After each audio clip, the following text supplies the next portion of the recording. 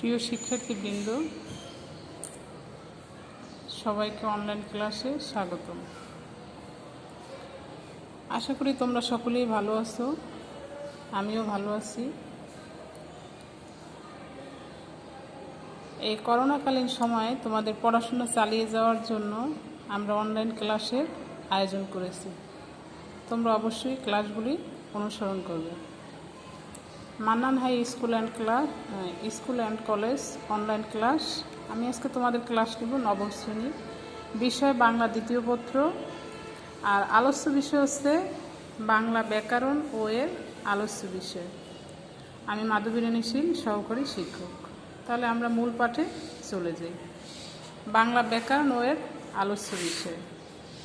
তোমরা মূল বইটি অনুসরণ করো। দেখো, আমরা প্রথমেই আলোচনা করি ব্যাকরণ।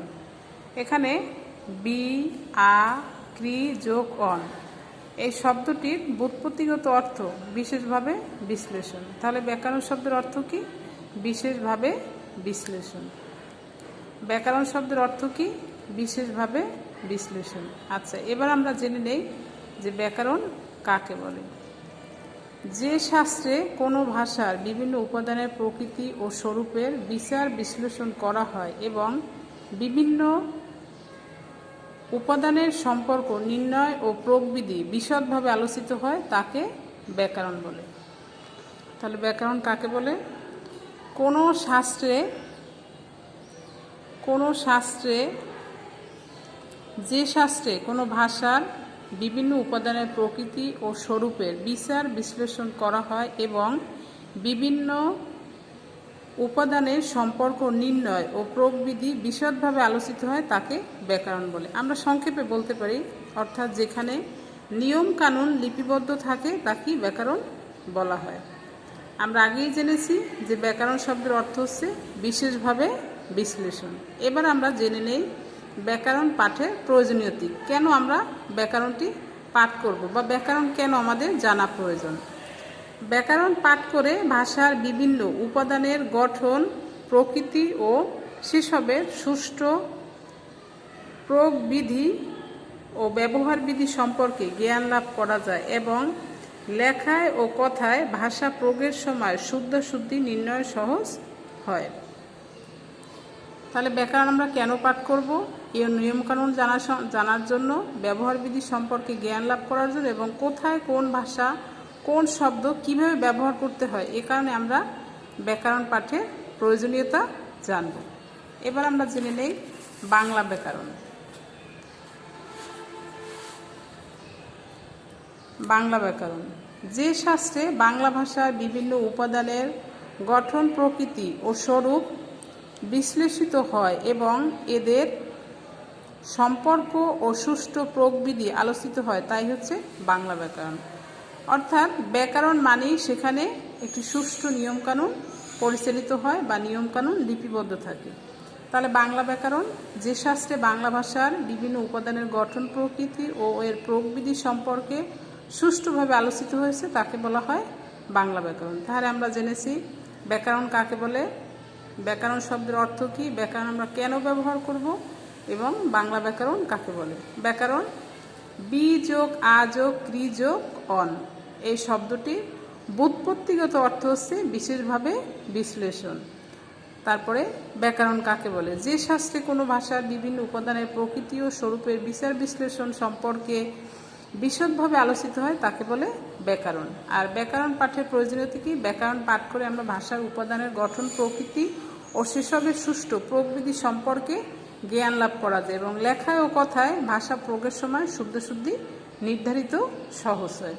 বাংলা ব্যাকরণ যে শাস্ত্রে বাংলা ভাষার বিভিন্ন উপাদানের গঠন, প্রকৃতি ও স্বরূপ বিশ্লেষিত হয় এবং এদের সম্পর্ক ও সুষ্ঠু প্রয়োগবিধি আলোচিত হয় তাই হচ্ছে বাংলা ব্যাকরণ।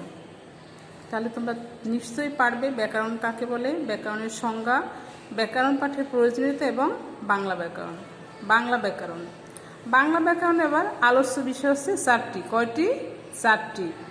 ধ্বনি, শব্দ, বাক্য এবং অর্থ। আলোচ্য বিষয় কয়টি? ধ্বনি, শব্দ, বাক্য এবং অর্থ। প্রত্যেক ভাষারই 4টি মৌলিক অংশ থাকে। কয়টি অংশ? 4টি অংশ। ধ্বনি বা সাউন্ড, শব্দ হচ্ছে ওয়ার্ড, বাক্য মানে সেন্টেন্স, আর অর্থ হচ্ছে মিনিং। সব ভাষার ব্যাকরণ নিয়ে প্রধানত নিম্নলিখিত 4টি বিষয়ে আলোচনা করা হয়, যেমন ধ্বনিতত্ত্ব, ফনোলজি, শব্দতত্ত্ব বা রূপতত্ত্ব, মোরফোলজি, বাক্যতত্ত্ব বা পদক্রম, সেনোটিক্স এবং অর্থতত্ত্ব, সিমেন্টিক্স। এছাড়াও অভিধান তত্ত্ব, ছন্দ ও অলঙ্কার প্রভৃতিও ব্যাকরণের আলোচ্য বিষয়। তাহলে প্রত্যেক ভাষার মৌলিক অংশ কয়টি? 4টি। সব ভাষারই আলোচ্য বিষয় কয়টি? 4টি। ধ্বনিতত্ত্ব, শব্দতত্ত্ব বা রূপতত্ত্ব, বাক্যতত্ত্ব বা পদক্রম এবং অর্থতত্ত্ব। এছাড়াও অভিধান তত্ত্ব, ছন্দ ও অলঙ্কার প্রভৃতিও ব্যাকরণের আলোচ্য বিষয়। এবার আমরা জেনে নেই ধ্বনিতত্ত্ব।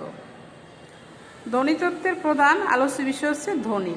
মানুষের বাক প্রত্যঙ্গ অর্থাৎ আমরা কথা বলার জন্য যে সমস্ত প্রত্যঙ্গগুলো ব্যবহার করি, কণ্ঠনালী, মুখবিবার, জিহ্বা, আলজিহ্বা, কোমল তালু, শক্ত তালু, দাঁত,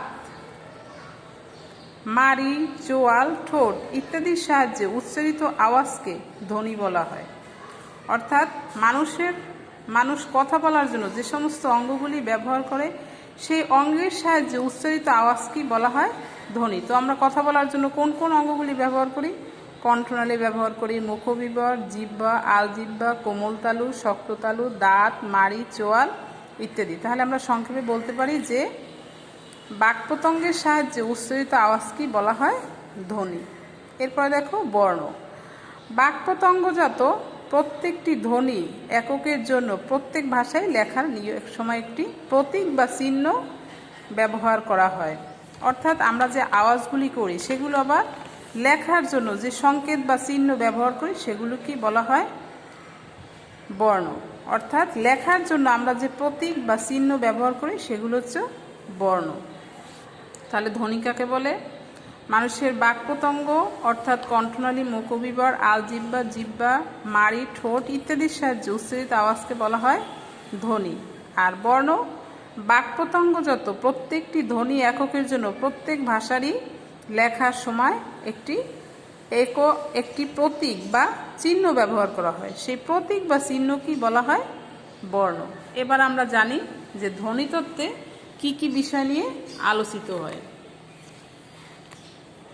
আচ্ছা, ধ্বনিতত্ত্বের আলোচ্য বিষয় হচ্ছে ধ্বনির উচ্চারণ প্রণালী, উচ্চারণের স্থান, ধ্বনির প্রতীক বা বর্ণের বিন্যাস, ধ্বনির সংযোগ বা সন্ধি, ধ্বনির পরিবর্তন ও লোপ, নত্ব ও সত্যবিধান ইত্যাদি বাংলা ব্যাকরণের ধ্বনিতত্ত্বের আলোচ্য বিষয়।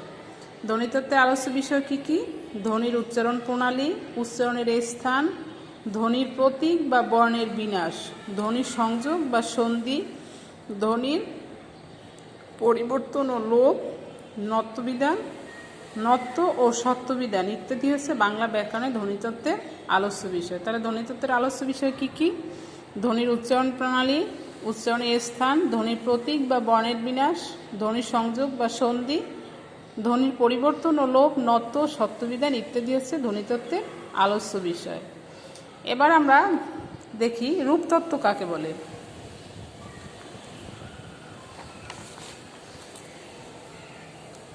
এক বা একাধিক ধ্বনির অর্থবোধক সম্মিলনে শব্দ তৈরি হয়। ধ্বনির অর্থবোধক সম্মিলনে তৈরি হয় শব্দ। শব্দের ক্ষুদ্রাংশকে বলা হয় রূপ। শব্দের ক্ষুদ্রাংশকে কি বলা হয়? রূপ। রূপ গঠন করে শব্দ, সেই জন্য শব্দতত্ত্বকে রূপতত্ত্ব বলা হয়। শব্দতত্ত্বের আরেক নাম কি? রূপতত্ত্ব। তাহলে প্রথমে অর্থবোধক ধ্বনির সম্মিলনে তৈরি হয় শব্দ এবং শব্দের ক্ষুদ্রাংশকে বলা হয় রূপ, সেই জন্য শব্দতত্ত্বকে আবার রূপতত্ত্ব বলা হয়েছে। এরপর দেখো বাক্যতত্ত্ব। মানুষের বাক্যতঙ্গজাত ধ্বনি সমন্বয়ে গঠিত শব্দ সহযোগে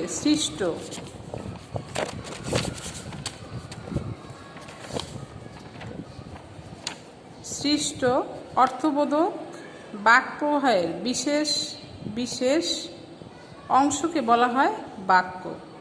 বাক্যের আলোচ্য বিষয় হচ্ছে বাক্যের সঠিক গঠন প্রণালী, বিভিন্ন উপাদানের সংযোজন, বিয়োজন, এদের সার্থক ব্যবহারযোগ্যতা, বাক্য মধ্যে শব্দ বা পদের স্থান বা ক্রম, পদের রূপ পরিবর্তন ইত্যাদি ইত্যাদি বাক্যতত্ত্বে আলোচিত হয়। বাক্যের মধ্যে কোন পদের পর কোন পদ বসে, কোন পদের স্থান কোথায়, বাক্যতত্ত্বে এসবের পূর্ণ বিশ্লেষণ থাকে। বাক্যতত্ত্বকে আবার পদক্রম বলা হয়। এরপর দেখো অর্থতত্ত্ব। শব্দের অর্থবিস্তার, বাক্যের অর্থবিস্তার, অর্থের বিভিন্ন প্রকারভেদ যেমন মুখ্যার্থ, গৌণার্থ, বিপরীতার্থ ইত্যাদি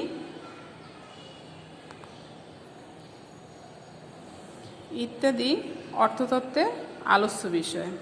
তাহলে আমরা আজকে ব্যাকরণে জানলাম।